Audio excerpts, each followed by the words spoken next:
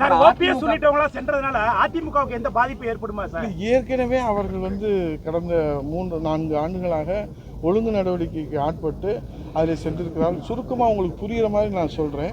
இதுவரைக்கும் அதிமுக அப்படின்னு உரிமை மீட்பு குழு, அதிமுகவில் பொதுச் செயலாளர், அதிமுகன்னு சொல்லி ஒரு குழப்பமான ஒரு நிலையைத்தான் தமிழ்நாட்டு மக்களுக்கு செய்தியாக சொல்லிக் கொண்டே இருந்தார்கள், விவாதித்து கொண்டிருந்தார்கள்.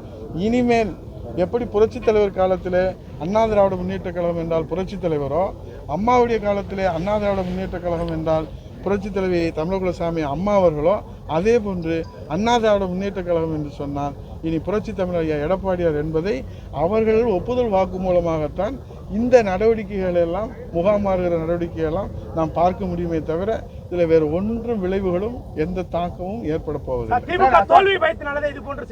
நிச்சயமா 15 தேர்தல் வாக்குறுதிகளை இன்றைக்கு கொடுத்துருக்குறாங்க.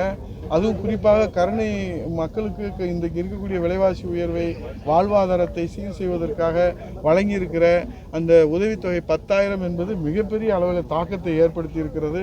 அதிலும் இந்த படித்த இளைஞர்கள் இன்றைக்கு பார்த்தீங்கன்னா பதிவு செய்து காத்து கொண்டிருக்கிறார்களே, அவர்கள் பள்ளி படிப்பு முடிந்தவர்களுக்கு 1000 ரூபாய், பட்டப்படிப்பு படித்தவர்களுக்கு 2000 ரூபாய், மீனவர்களுக்கு நிவாரணம், முதியோர் ஓய்வூதியத்துக்கு 2000, மகளிர் உதவித்தொகை 2000, ஆண்களுக்கு கட்டணமில்லா பேருந்து, நம்முடைய வங்கி கடன் கல்வி கடன் ரத்து, இப்படி பல மக்கள் விரும்புகிற எதிர்பார்க்கிற அந்த திட்டங்களை எல்லாம் இன்றைக்கி தேர்தல் அறிக்கையாக ஒரு முறை சொல்ல மாட்டார், சொன்னால் அதை நிறைவேற்றாமல் விட மாட்டார் புரட்சி தமிழர் ஐயா எடப்பாடியார். ஏன்னால் மாநில அரசோடு நாங்கள் இணக்கமாக இருக்கிறோம், பல சாதித்து காட்டியிருக்கிறோம். இங்கே எய்ம்ஸ் மருத்துவமனை, 4 வழிச்சாலை, 11 மருத்துவக் கல்லூரி, இதெல்லாம் மாநில அரசும் மத்திய அரசும் இணக்கமாக இருந்தால்தான். அதனால்தான் பாரத பிரதமர் அவர்கள் அந்த டபுள் இன்ஜின் என்று சொன்னால் அதுக்கு போய் இன்ஜினை பற்றி எல்லாரும் பேசிக்கிட்டே இருக்கிறாங்க. மக்களை பற்றி பாரத பிரதமர் என்ன சொல்கிறாருன்னா, நிர்வாகத்தினுடைய ஒரு அடையாளமாக வளர்ச்சிக்கான திட்டங்களை அது முன்னிறுத்தி சொல்கிறார்.